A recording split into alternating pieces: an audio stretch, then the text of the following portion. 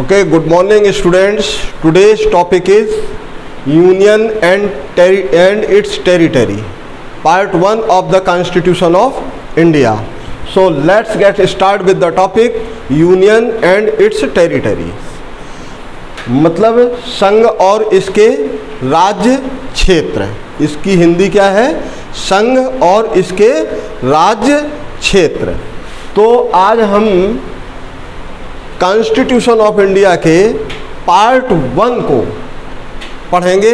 जैसा कि हमने बताया था कि हमारे पूरे कॉन्स्टिट्यूशंस में कितने पार्ट हैं? पार्ट 22 हैं और आर्टिकल 395 प्लस है, जो कि वास्तविक फॉर्म में देखा जाए इन रियल मैनर में तो right now 25 parts as well 470 articles हैं। Is that clear? तो आज हम आर्टिकल 1 to 4, आर्टिकल 1 से लेकर के 4 तक पढ़ेंगे, जो कि कॉन्स्टिट्यूशन ऑफ इंडिया के पार्ट 1 में है। इनको पढ़ने से पहले एक मूल मंत्र जरूर देना चाहूँगा, और वो मूल मंत्र ये है सक्सेस का। Success in the sense, just suppose अगर आप एक IAS ऑफिसर बनना चाहते हैं, एक IPS ऑफिसर बनना चाहते हैं, या जुडिशरी एग्ज़ाम में जाना चाहते हैं, तो सबसे पहले हमारा जो प्राइमा फेसिया जो टारगेट है, वो टारगेट कभी भी प्रीलिम्स एग्ज़ाम नहीं होना चाहिए। जैसे कि कोई भी कॉम्पिटिटिव एग्ज़ाम हम जब देते हैं तो कॉम्पिटिटिव में कंपटीशन में जैसे IAS का एक जो एग्ज़ाम होता है, तो जो UPSC IAS का एग्ज़ाम कंडक्ट कराती है वो 3 फेज में कराती है। और वो 3 फेज क्या है? प्रीलिम्स एग्ज़ाम्स और मेन देन इंटरव्यू। तो आपकी जो तैयारी है कभी भी प्रीलिम्स के लिए नहीं होनी चाहिए। किसके लिए होनी चाहिए? मेन के लिए होनी चाहिए। अगर आप main examinations point of view से तैयारी करेंगे तो निश्चित तौर पर आपको सफलता मिलेगी। Is that clear? अब मेन की तैयारी करने के लिए प्रीलिम्स और मेन में बेसिकली अंतर क्या है? तो देखा जाए बहुत बड़ा अंतर है। वो इतना बड़ा अंतर है जैसे कि घर का आंगन और खेल का मैदान। मतलब घर के आंगन और खेल के मैदान जैसा अंतर है। अगर प्रीलिम्स घर का आंगन है तो मेन एग्जामिनेशंस क्या है? ये एक बहुत बड़ा खेल का मैदान है। और इस खेल के मैदान में खेलने के लिए आपको डे 1 से प्रिपरेशन करनी होती है।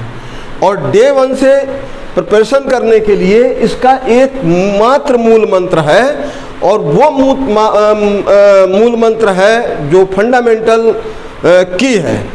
मूल मंत्र इन द सेंस फंडामेंटल की। फंडामेंटल की इज दिस कि आपकी राइटिंग प्रैक्टिस बहुत अच्छी होनी चाहिए।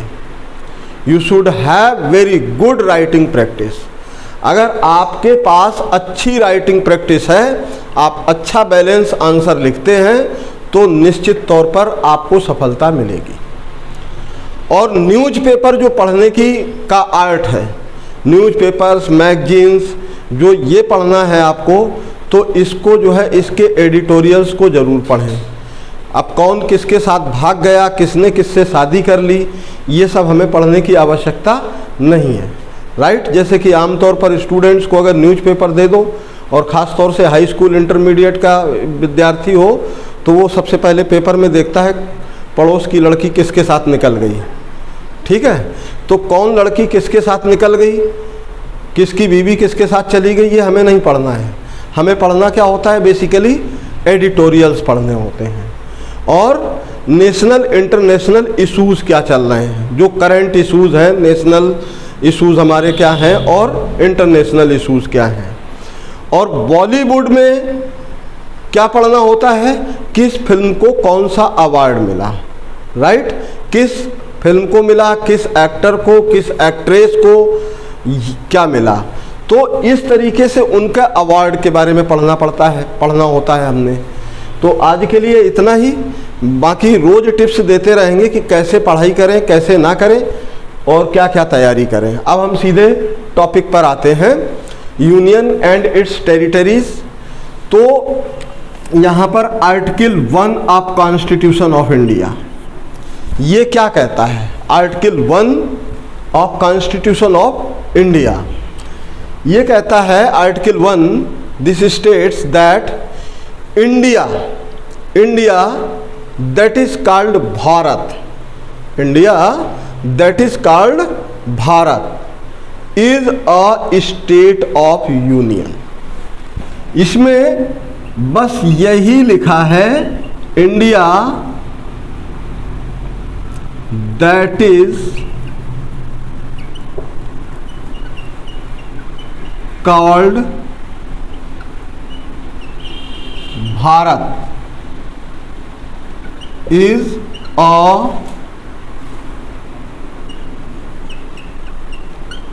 Union of states. अब हमने यूनियन को सिंगल कोटेशन साइन से क्लोज कर दिया और अंडरलाइन कर दिया, क्योंकि जब हम कभी यूनियन पर डिस्कशन करेंगे तो फिर हमें फेडरेशन एंड कॉन्फेडरेशन पर भी डिस्कशन करना होगा। Is that clear? अब यहीं से आर्टिकल 1 से ही हम यूनियन, फेडरेशन एंड कॉन्फेडरेशन पर भी डिस्कस करेंगे। और basically we just try to understand, हम समझने की कोशिश करेंगे, we will try to understand what is union, what is federation and what is confederation. Is that clear? So in article 1 India that is called Bharat, India जिसे भारत कहा जाता है, right, is a union of states, मतलब राज्यों का एक संघ है, राइट और ये वर्ड यूनियन जो वर्ड है ये भारत को क्या बनाता है? एक सेंट्रलाइज पावर बनाता है। Is that clear? और union has the right to decide its boundaries name within territories of India. Union का मतलब यहाँ पर पार्लियामेंट से है, मतलब हमारे जो संसद है उसको ये अधिकार है कि इंडियन टेरिटरीज के अंदर वो नए राज्यों का भी निर्माण कर सकता है। मतलब जैसे कि आपने देखा होगा उत्तर प्रदेश से एक पार्ट अलग करके उसको उत्तराखंड बना दिया, तो ये पावर कहाँ पर था? ये यूनियन में है। Union in the sense parliament में। तो हमारी जो पार्लियामेंट में जो है ज़्यादा पावरफुल होती है। हमारे यहाँ यूनियन जो संघ सरकार होती है, केंद्र सरकार जो होती है, वो स्टेट गवर्नमेंट से ज़्यादा पावरफुल होती है। यद्यपि जो है स्टेट और सेंटर्स के पावर्स डिवाइडेड हैं कि स्टेट क्या कर सकता है, सेंटर क्या कर सकता है, लेकिन सेंट्रल जो है हमारे यहाँ ज़्यादा पावरफुल है, क्योंकि जो लॉ पार्लियामेंट में बनता है वो ऑल ओवर इंडिया एक्सटेंड होता है, मतलब पूरे भारत पर वो लागू हो जाता है। Is that clear? तो यूनियन मतलब यहाँ पर यूनियन का मतलब है कि जो केंद्र है हमारा, जो संघ सरकार है, संघ सरकार का मतलब केंद्र सरकार है या पार्लियामेंट है, पार्लियामेंट को विद इन इंडियन टेरिटरीज, मतलब भारत राज्य क्षेत्र में, पूरे भारत में किसी भी राज्य की सीमा को बदल देने का अधिकार है, किसी भी राज्य का नाम बदल देने का अधिकार है, उसकी सीमाएं निर्धारित करने का, मतलब उसकी बाउंड्रीज डिसाइड करने के का सोल राइट है किसके पास? पार्लियामेंट के पास, राइट। तो यहाँ पर यूनियन, और अब यहाँ पर यूनियन को अच्छी तरीके से समझ लें। यूनियन क्या है? Basically it is such a peculiar bond, ये एक ऐसा बंधन है जिससे लोग बंध तो सकते हैं बट इससे सेपरेट कभी नहीं हो सकते हैं। मतलब जो एक बार यूनियन में आ गया वो यूनियन से अलग नहीं जा सकता है। तो एक तो यहाँ पर क्या है? पिक्यूलियर बॉन्ड है ये, जो कि वन वे ट्रैफिक की तरह काम करता है, जहां पर आने का प्रोविजन तो है बट वापस जाने का नहीं है। मतलब एक बार जो इस यूनियन से जुड़ गया, राइट, वो इस यूनियन से अलग नहीं हो सकता है। एक पॉइंट ये है। इसकी दूसरी विशेषता है वी हैव सिंगल सिटीजनशिप। हमारे पास सिंगल सिटीजनशिप का प्रोविज़न है, यूनियन में सिंगल सिटीजनशिप का प्रोविज़न है। कहने का मतलब ये है कि कोई भी व्यक्ति, चाहे वो अरुणाचल प्रदेश का हो या मध्य प्रदेश का हो या उत्तर प्रदेश का हो, उनके पास स्टेट की सिटीजनशिप नहीं होती है, यूनियन की सिटीजनशिप होती है। जब हमसे पूछा जाता है किसी भी एग्जामिनेशंस में मतलब आपकी जो है सिटीजनशिप क्या है, तो हम क्या लिखते हैं? इंडियन। नागरिकता की जब बात आती है, citizenship, what's your citizenship, then we all write Indian. हम सभी जो है क्या लिखते हैं? इंडियन लिखते हैं। अब चाहे वो कोई भी व्यक्ति, चाहे वो मध्य प्रदेश से हो या जम्मू कश्मीर से हो या अरुणाचल प्रदेश से हो या लेह लद्दाख से हो, जो विद इन इंडियन टेरिटरीज रह रहा है, जो इंडिया की टेरिटरीज के अंदर रह रहा है, वो क्या है? इंडियन है। तो we have single citizenship provisions. किसमें? In union. यूनियन में हमारे पास सिंगल सिटीजनशिप प्रोविजन होता है। Is that clear? We all have same flag. हमारे पास एक ही झंडा होता है। We all have same national flag. जो नेशनल फ्लैग है हमारा, वो एक ही होता है, राइट। जैसे पूरे भारत का एक ही झंडा है और वो नेशनल फ्लैग है हमारा तिरंगा। इस तिरंगे के लिए हम किसी की जान ले भी सकते हैं और ज़रूरत पड़ जाए तो अपनी जान दे भी सकते हैं। Is that clear? तो ये सेम फ्लैग, सिंगल सिटीजनशिप और सच पीक्युलियर बॉन्ड, जिसको जो है ब्रोक नहीं किया जा सकता है किसी भी एंगल पर और किसी भी कीमत पर। तो ये है बेसिकली यूनियन। और यूनियन को जो है इसकी क्या, मैंने आपको बता ही दिया कि ये अपनी टेरिटरीज के अंदर राज्य की सीमाओं को निर्धारित कर सकता है, उसकी बाउंड्रीज जो है बना सकता है। Is that clear? तो ये क्या है? ये यूनियन है। Is that clear? और यूनियन का इनफैक्ट हिंदी में मतलब क्या होता है? संघ। Is that clear? यूनियन को हिंदी में क्या कहते हैं? संघ। क्लियर हो गया? अब इसको यहां से साफ कर दें।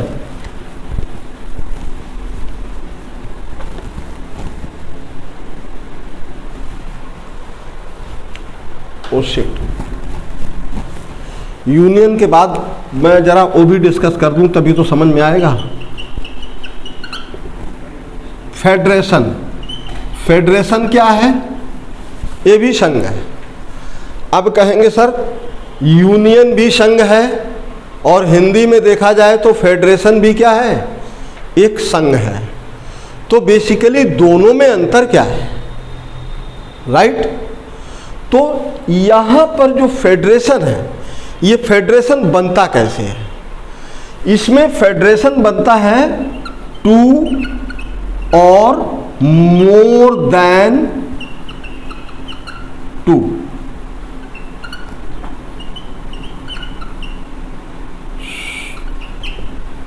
Sovereign states. टू और more than two sovereign state. Sovereign का मतलब समझते हैं? संप्रभु, मतलब पूरी तरह से स्वतंत्र राज्य। दो या दो से अधिक जब स्वतंत्र राज्य मिल जाते हैं, इंडिपेंडेंट, राइट। तो जब दो या दो से अधिक सोवरेन स्टेट जब मिल जाते हैं तो मिल करके वो क्या बना देते हैं? एक फेडरेशन बना देते हैं विद एन एग्रीमेंट।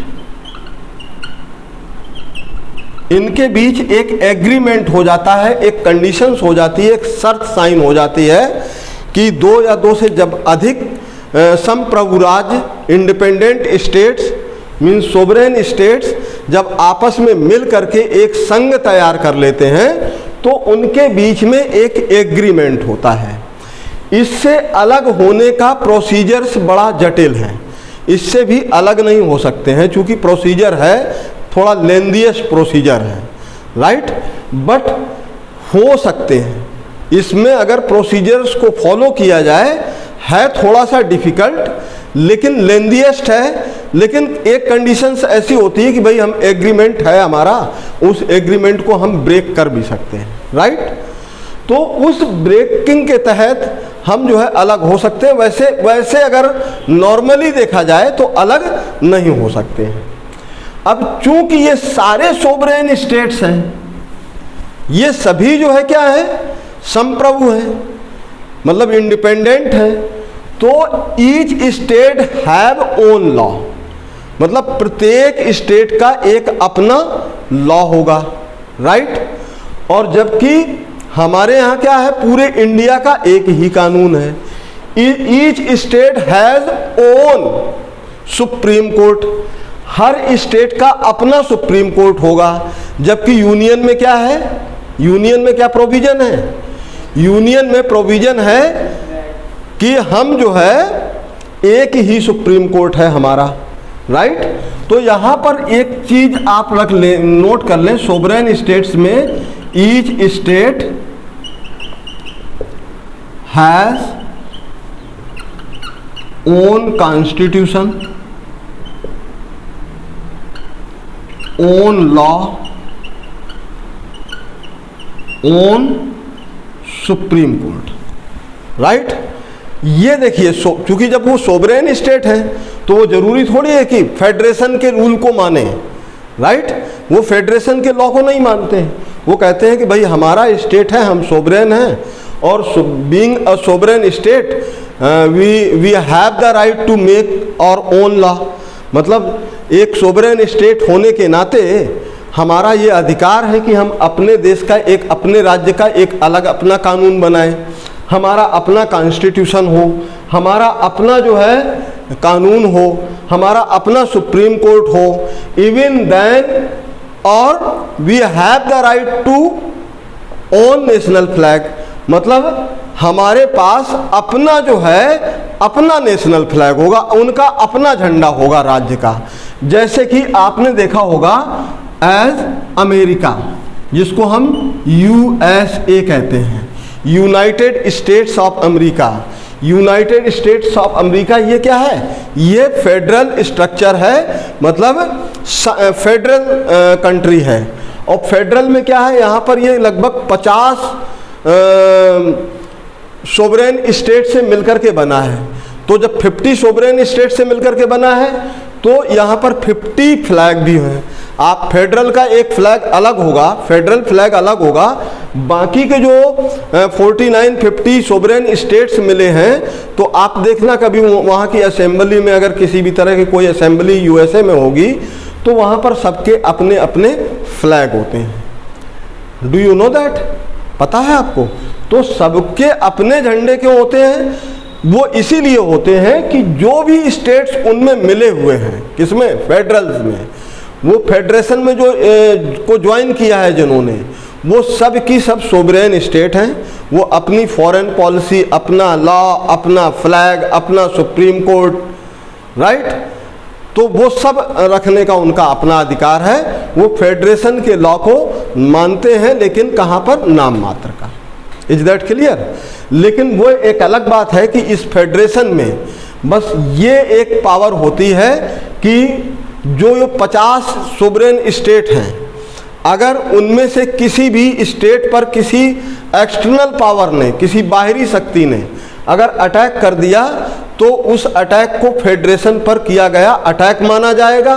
मतलब USA में किसी भी पार्ट में, USA के किसी भी पार्ट में अगर रसिया कोई अटैक कर देता है, तो उसे जो है जो बाइडन, जो हम अमेरिका के राष्ट्रपति हैं, उस पर जो है वो फेडरेशन पर अटैक मानते हुए उसको रिटेलिएट करेंगे, उसको जवाब देंगे। Right, clear? तो फेडरेशन समझ में आ गया। अब फेडरेशन के बाद है हमारा कॉन्फेडरेशन।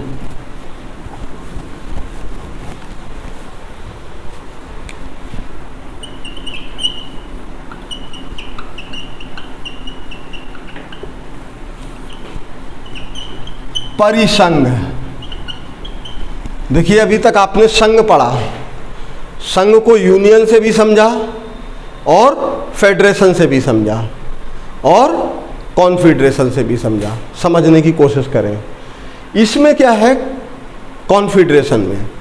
कॉन्फेडरेशन में टू और more than two sovereign states, definition वही है, two and more than two sovereign states join together without any agreement. उसमें क्या था? With the agreement, this one is without agreement. इसमें कोई एग्रीमेंट नहीं होता है कॉन्फेडरेशन में। उसमें कंडीशंस होती थी, किसमें? फेडरेशन में एग्रीमेंट था। दिस इज विदाउट एग्रीमेंट, ये बिना किसी एग्रीमेंट के बनता है और इसमें बड़ी आसानी से इसमें प्रवेश करना भी आसान है और जितना प्रवेश करना आसान है उतना ही बाहर जाना भी इससे आसान है। कॉन्फेडरेशन चूंकि जब कोई एग्रीमेंट ही नहीं है तो वो क्या है? वो एक तरह का अलायंस है। अलायंस समझते हैं ना? वो एक तरह का, ये जो कॉन्फेडरेशन है ये एक तरह का अलायंस है कि चार सोवरेन स्टेट्स मिल गए और मिल करके उन्होंने एक कॉन्फेडरेशन बना लिया। अब वो कॉन्फेडरेशन बनाने के बाद ये हुआ कि हम चारों में से यदि कोई किसी पर अटैक करता है एक्सटर्नल पावर, तो वो हम चारों पर अटैक माना जाएगा। Is that clear? मतलब जैसे आप तीन फ्रेंड हो, इस समय तीन बैठे हो और तीन का मतलब ये है कि आप तीनों एक साथ हो, लेकिन आप तीनों के बीच में कोई बॉन्ड नहीं है, कोई रिटन एग्रीमेंट नहीं है, लेकिन आप तीनों जाकर के रोड पर खड़े हो गए बाहर जाकर के, या तो अब उन तीनों में से, आप तीनों में से किसी एक को कोई एक्सटर्नल आकर के हिट कर दे या उसके साथ मिसबिहेव करने लगे, तो आप क्या मानते हैं कि वो आप तीनों पर किया गया अटैक है या आप तीनों के साथ किया गया एक मिसबिहेव है। और ये एक जो कॉन्फेडरेशन है, this is nothing just a mutual understanding. एक म्यूचुअल अंडरस्टैंडिंग है जिसका कोई भी जो है क्या नहीं है, रिटन डॉक्यूमेंट्स या रिटन एग्रीमेंट नहीं है, अर्थात विदाउट एग्रीमेंट ये क्या है? कॉन्फेडरेट है, परिसंघ में है। क्लियर हो गया कि नहीं हुआ? इफ देयर एनी डाउट्स, तो ये मतलब आपने यूनियन को समझ लिया, फेडरेशन समझ लिया और कॉन्फेडरेशन समझ लिया। इसमें भी जितने भी कॉन्फेडरेशन में होंगे सबका अपना अलग झंडा होगा, सबका अपना सुप्रीम कोर्ट होगा, सबका अपना लॉ होगा, सबका अपना कॉन्स्टिट्यूशन होगा, सेम जैसा कि आपने फेडरेशन में पढ़ा था। Is that clear? Because of these all are sovereign states, ये सभी सोवरेन हैं बट नॉट यूनियन, यूनियन में नहीं है, दैट्स वाई इनका अपना अपना है। और अगर यही यूनियन में होते तो फिर एक ही नेशनल फ्लैग होता, एक ही नेशनल एंथम होता, एक ही जो है सब कुछ होता, मतलब सुप्रीम कोर्ट भी एक ही होता, सब कुछ एक ही होता। Is that clear? तो यहाँ पर यूनियन, फेडरेशन एंड कॉन्फेडरेशन में आपको जो है अंतर समझ में आ गया होगा और आर्टिकल 1 आपका कंप्लीट हो चुका है, राइट? अब आर्टिकल 2, आर्टिकल 2 क्या कहता है? आर्टिकल 2 कहता है, बात करता है एडमिशन ऑफ न्यू स्टेट। मतलब आर्टिकल 2 में ये प्रोविजन है कि भारत में अर्थात इस यूनियन में कोई भी न्यू स्टेट, कोई भी न्यू स्टेट का मतलब यहाँ पर कोई भी न्यू सोवरेन स्टेट है, वो अगर भारत में मिलना चाहे तो ये प्रोविजन है आर्टिकल 2 में कि भारत उसे अपनी सीमा में मिला लेगा, राइट? जैसे कि सपोज करो आज नेपाल है, नेपाल अगर ये कहे, ये प्रपोजल दे कि भाई हम भारत में जो है क्या होना चाहते हैं, हाँ विलय होना चाहते हैं, भारत से फिर मिलना चाहते हैं।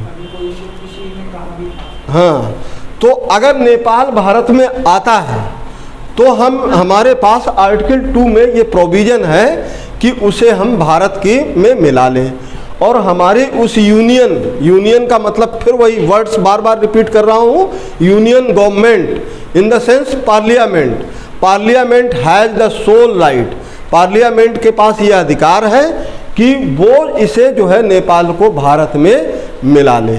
इसके लिए कोई सवाल नहीं, कोई जवाब नहीं, कोई विपक्ष नहीं, कोई तर्क नहीं, कोई वितर्क नहीं। Is that clear? वो जो है भारत में जब चाहें मिला सकते हैं। हाँ, that is another thing, because of we have practice federal structures. Federal structures जो हमारा कॉन्स्टिट्यूशन है वो संघीय ढांचा है, और संघीय ढांचा का ये मतलब होता है कि संघीय ढांचा में राज्य के और केंद्र की शक्तियाँ अलग अलग होती हैं। तो केंद्र चाहे तो सलाह भी, एडवाइस भी ले लेता है, वो एडवाइस ले भी सकता है, नहीं भी ले सकता है। बाकी चूँकि ये जो है we are number 1 largest democratic state in world, हम दुनिया में सबसे बड़े एक लोकतंत्र हैं, तो लोकतंत्र में बातें तो तमाम तरह की होती रहती हैं। तो पक्ष विपक्ष दुनिया भर के जो शोर मचाते हैं मचाते रहेंगे, लेकिन यूनियन अपना काम कर जाएगा। यूनियन जब चाहे नेपाल को भारत में मिला ले या पाकिस्तान को भारत में मिला ले। Is that clear? तो यहाँ पर प्रोविजन है एडमिशन ऑफ न्यू स्टेट्स का। Is that clear? आर्टिकल 3 क्या कहता है? आर्टिकल 3 कहता है कि union has sole right to change its boundaries name और मेक न्यू स्टेट्स। ये जो है यहाँ पर change the boundaries of existing states name etcetera, जो हमारे एग्जिस्टिंग स्टेट्स की बात करता है। यहाँ पर वो एडमिशन ऑफ न्यू स्टेट्स है, यहाँ पर एग्जिस्टिंग स्टेट्स हैं। जैसे एग्जिस्टिंग स्टेट्स मतलब यूपी है हमारा, यूपी को अगर यूनियन गवर्नमेंट चाहे तो इसको एक छोटा टुकड़ा और करके एक नया राज्य भी बना सकता है।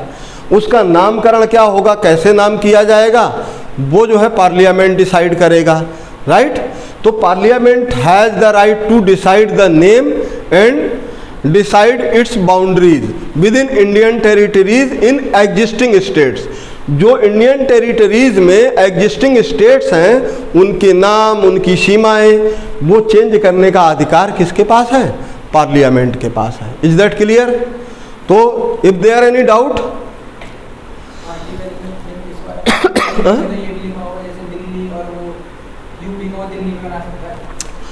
मैं कह रहा हूं बस यूनियन में एक सबसे बड़ी चीज है, within Indian territories union has the right, union in the sense parliament has the right to decide its boundaries and boundaries name. मतलब पार्लियामेंट को ये पावर है, और कैसे? विदाउट यूजिंग आर्टिकल 368, मतलब जरूरी नहीं कि वो 368 का इस्तेमाल करेगा, यहाँ पर कोई 368 का यूज नहीं हो रहा है। जस्ट सिंपल मेजॉरिटी से हमारे पास 2 सदन हैं। कौन कौन से? Upper house and lower house. Upper house या लोअर हाउस में किसी भी हाउस में जा कर के एक बिल देना है, बिल पेश करना है और उसे पास कराना है। बिल पेश करना है और पास कराना है। तो विद इन सिंपल मेजॉरिटी, बिल्कुल सिंपल मेजॉरिटी से इसको जो है हम इनके राज्य की सीमाएं और एडमिशन ले सकते हैं किसी नए स्टेट का भी, और विद इन टेरिटरीज उनकी सीमाएं और उनके नाम डिसाइड कर सकते हैं। Is that clear? जैसे कि अभी आप कल भी चर्चा कर रहे थे लास्ट क्लास में, आज भी आपने अभी कहा, तो जैसे कि अगर पार्लियामेंट को लगे कि नोएडा को दिल्ली में मिला लेना चाहिए, तो parliament has the right, parliament के पास राइट है, वो जब चाहे जब इसको दिल्ली में मिला दे, राइट, या दिल्ली को और छोटा कर ले। Is that clear? तो ये सारी शक्तियां कहां पर हैं? यूनियन में ही है। Is that clear? या वो बिहार की सीमा को छोटा बड़ा कर दे, जैसे बिहार की सीमा को छोटा बड़ा किया, छोटा किया नहीं गया, बिहार से ही उत्तराखंड, वो झारखंड, बिहार से झारखंड बांट दिया, यूपी से उत्तराखंड बांट दिया, और मध्य प्रदेश में छत्तीसगढ़ अलग कर दिया और मध्य प्रदेश अलग कर दिया। तो ये पावर कहाँ से एक्सरसाइज हुई? पार्लियामेंट से। और पार्लियामेंट ने ये काम कैसे किया? Without using article 368 of constitution. Is that clear? तो आर्टिकल 3 आपका क्लियर हो गया। और ये है आर्टिकल 4। आर्टिकल 4 कहता है कि आर्टिकल 2 एंड 3 के प्रोविजन में, आर्टिकल 2 एंड 3 के प्रोविजन में, अब 2 और 3 का प्रोविजन क्या था? 2 का प्रोविजन ये था कि एडमिशन ऑफ न्यू स्टेट्स, किसी भी न्यू स्टेट को यूनियन अर्थात पार्लियामेंट चाहे तो वो क्या कर सकती है? अपने राज्य में मिला सकती है। और 3 में क्या था? जो एग्जिस्टिंग स्टेट्स हैं उनकी सीमाएं और उनका नाम बदल सकती है, बाउंड्रीज एंड नेम चेंज कर सकती है। कौन कर सकती है? Union. Union in the sense union government, संघ सरकार, और संघ सरकार से यहाँ पर संबंध है हमारा पार्लियामेंट से। तो ये दोनों प्रोविजंस के प्रकरण में आर्टिकल 368 का यूज करने की आवश्यकता नहीं है। अर्थात आर्टिकल 4 यही कहता है कि पार्लियामेंट ये दोनों काम 2 एंड 3 के प्रोविजन में कर सकती है। कैसे? विदाउट यूजिंग आर्टिकल 368, बिना 368 के यूज के ये काम सिंपल मेजॉरिटी से किया जा सकता है। Is that clear? तो आर्टिकल 1 to 4 फिनिश होते हैं और यहाँ से हमारा कॉन्स्टिट्यूशन ऑफ इंडिया का पार्ट 1 जो है क्या होता है? कंप्लीट होता है। तो बने रहिए हमारे इस चैनल के। तो पार्ट 1 हमने अभी फिनिश किया है। अब हम कॉन्स्टिट्यूशन ऑफ इंडिया के कुछ इम्पोर्टेंट आर्टिकल्स को भी समझने की कोशिश करते हैं और कुछ इस तरीके से समझने की कोशिश करेंगे कि समझने के साथ साथ हमें याद भी रह जाए। तो जब हम कभी प्रेसिडेंट ऑफ इंडिया को पढ़ते हैं तो आर्टिकल 52 में ये प्रोविजन है, there shall be a president of India, Bharat का एक राष्ट्रपति होगा। मतलब the office of the president of India will never remain vacant. मतलब जो राष्ट्रपति हाउस है, राष्ट्रपति का ऑफिस है, वो भारत में ऐसा कभी नहीं होगा कि वो कभी खाली हो जाए। Is that clear? अगर ईश्वर ना करे हमारे देश के प्रेसिडेंट को कुछ होता है, प्रेसिडेंट ऑफ इंडिया को कुछ हो जाए, तो in the mean time vice president of India जो है तुरंत एक्टिंग प्रेसिडेंट के तौर पर काम करने लगेंगे। एक्टिंग प्रेसिडेंट का मतलब कार्यवाहक राष्ट्रपति उनको बना दिया जाएगा। और अगर सपोज करो vice president of India resign दे चुके हों, वाइस प्रेसिडेंट ऑफ इंडिया ने रिजाइन दे दिया हो और प्रेसिडेंट ऑफ इंडिया की अचानक से किसी कारणवश डेथ हो जाए, तो इन दैट केस जो हमारे चीफ जस्टिस ऑफ इंडिया है, सुप्रीम कोर्ट ऑफ इंडिया के, वो जो है तुरंत एक्टिंग प्रेसिडेंट ऑफ इंडिया का पोस्ट संभाल लेंगे। मतलब उनको तुरंत प्रेसिडेंट ऑफ इंडिया की कुर्सी उनके लिए ऑफर हो जाएगी। हाँ, वो बैठना ही पड़ेगा। तो ये प्रेसिडेंट का जो प्रोविज़न है प्रेसिडेंट ऑफ इंडिया का, वो पार्ट 5 में, किसमें? पार्ट 5 में 52 से लेकर के 62 तक है, मतलब इसमें 10 आर्टिकल हैं। 52, 53, 54, 55, 56, 57, 58, 59, 60, 61, 62, जिसमें 52 में जैसे ये प्रोविज़न दे दिया कि there shall be a president of India, मतलब भारत में वो टाइम कभी नहीं आएगा जब भारत में राष्ट्रपति ना हो, भारत का एक राष्ट्रपति होगा, मतलब होगा ही होगा। हाँ क्या? अच्छा, सेकेंड थिंग, ये जो 10 आर्टिकल दिए हैं इसमें जो है इनकी eligibility, who can be the president of India, कौन बन सकता है, फिर एलिजिबिलिटीज़ क्या क्या होंगी, इनका इलेक्टोरल कॉलेज कैसा होगा, मतलब कौन इनको जो है प्रेसिडेंट बनाएगा, कौन वोट करेगा, who can vote to president of India, मतलब प्रेसिडेंट ऑफ इंडिया के चुनाव में वोट कौन कर सकता है, इनका इलेक्टोरल कॉलेज कैसा होगा। तो आपको पता है कि कौन वोट कर सकता है प्रेसिडेंट ऑफ इंडिया को। तो for your kind information, all the members of all the elected members, not all the members, all the elected members of parliament and legislative assemblies can vote to president of India, मतलब वो सभी निर्वाचित जिन्हें जनता ने चुना है, वो सभी सांसद सदस्य और वो सभी विधायक जो जनता के द्वारा चुने गए हैं, वो राष्ट्रपति के चुनाव में हिस्सा लेते हैं और वो राष्ट्रपति को वोट दे सकते हैं। Is that clear? जब हम प्रेसिडेंट ऑफ इंडिया की बात करेंगे तो बैक टू बैक गवर्नर की बात करेंगे, क्योंकि जो पोजीशन कंट्री में, नेशन में प्रेसिडेंट ऑफ इंडिया की है, सेम पोजीशन किसकी है? गवर्नर की स्टेट में है। Is that clear? तो यहाँ पर हमने देखा था 52, तो हमने एक तो प्लस आगे ऐड कर दिया और यहाँ पे 52 जहाँ पे 5 था 6 कर दिया और 3 कर दिया, तो 163, 164, 165 इसमें जो है आपको गवर्नर का प्रोविजंस मिल जाएगा। Is that clear?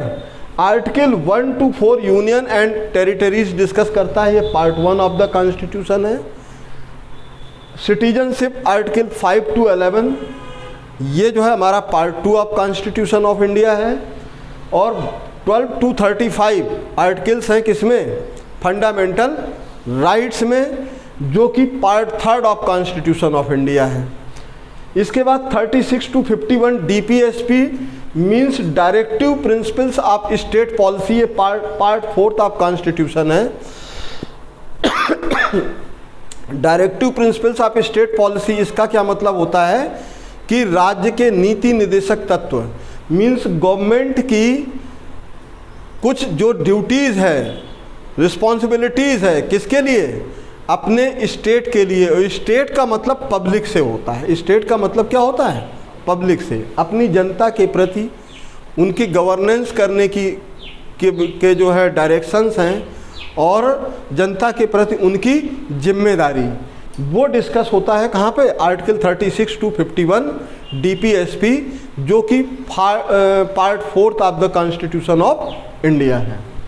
इसके बाद जब हम फंडामेंटल राइट्स की यहाँ पर बात की, फंडामेंटल राइट्स का मतलब होता है हमारे कुछ मौलिक अधिकार हैं, और मौलिक अधिकार कुछ क्या, बेसिकली 6 सर्टेन राइट्स हैं।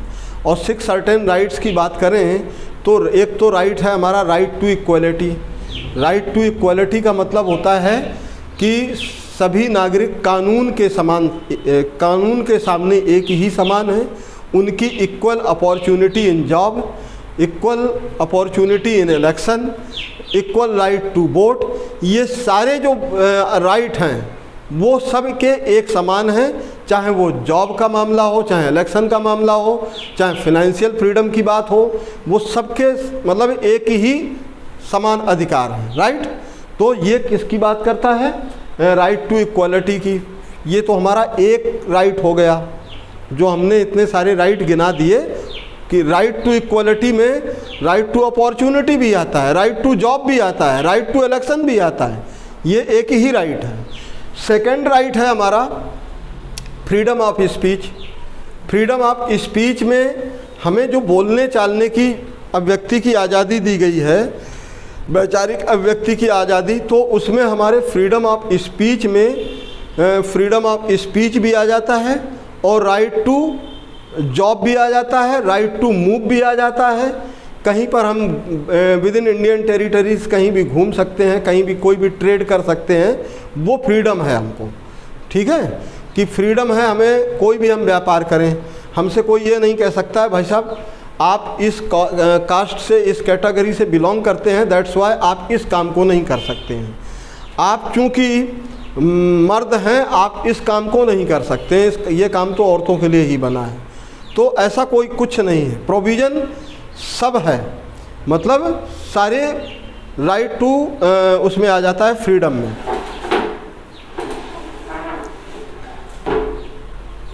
इसके बाद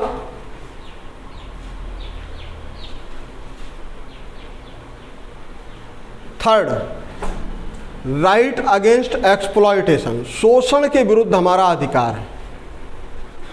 ठीक है, क्योंकि फंडामेंटल राइट्स की बात जब होती है तो कितने राइट्स होते हैं, हम 6 राइट्स की ही बात करते हैं, 6 राइट्स की। तो पहला हो गया राइट टू इक्वलिटी, दूसरा हो गया राइट टू फ्रीडम, और तीसरा right to exploitation, right against exploitation, मतलब शोषण के विरुद्ध अधिकार। और फोर्थ वन क्या है जो हमारा राइट है, राइट टू कल्चरल एजुकेशन, मतलब शिक्षा और संस्कृति का अधिकार। और राइट टू रिलीजन्स, मतलब हम किसी भी धर्म की प्रैक्टिस कर सकते हैं, ये 5वां हमारा अधिकार है। तो इस तरीके से 6 जो राइट हैं।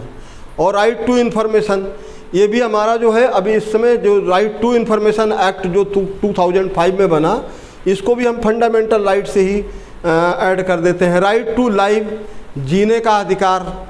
तो ये सारे जो 6 फंडामेंटल राइट्स हैं वो कहाँ पर डिफाइन होंगे, आर्टिकल 12 से लेकर 35 तक। लेकिन हमने यहाँ पर आर्टिकल के साथ साथ जब फंडामेंटल राइट्स के साथ ड्यूटी भी बता दी, किसकी, स्टेट की। तो जब स्टेट की ड्यूटी है, आप अपने राइट एंजॉय कर रहे हैं, तो आपकी भी तो कुछ फंडामेंटल ड्यूटीज़ हैं। लेकिन ये जो फंडामेंटल ड्यूटीज़ है ये कोर्ट में जो है वो नहीं है, एडमिसेबल नहीं है, मतलब आपको फोर्स नहीं किया जा सकता है कि आप अपनी ड्यूटी करो। लेकिन समझना ये होगा कि जहाँ आप राइट एंजॉय करते हैं तो वहाँ पे आपको जो है क्या करना है, आपकी कुछ ड्यूटीज़ भी हैं। किसके प्रति, समाज के प्रति और सरकार के प्रति। और वो ड्यूटीज़ क्या हैं, जैसे आप कहते हो कि right to protest, we have the right to protest, आपके पास विरोध करने का अधिकार है। लेकिन विरोध करने का अधिकार है, तोड़ फोड़ करने का अधिकार नहीं है। जैसे कि लोग क्या करते हैं, अपने राइट यूज करते हुए वायलेशन करते हैं। आपको वायलेशन करने का अधिकार किसने दिया है? आप राइट एंजॉय कीजिए अपने। क्या राइट एंजॉय करना है? Right to protest. अगर आपको गवर्नमेंट की किसी पॉलिसी का विरोध करना है तो कीजिए, किसने रोका है? Right to protest, because of we have the right to protest, हमारे पास प्रोटेस्ट करने का, उसका विरोध करने का अधिकार है। लेकिन वायलेशन करने का राइट नहीं है।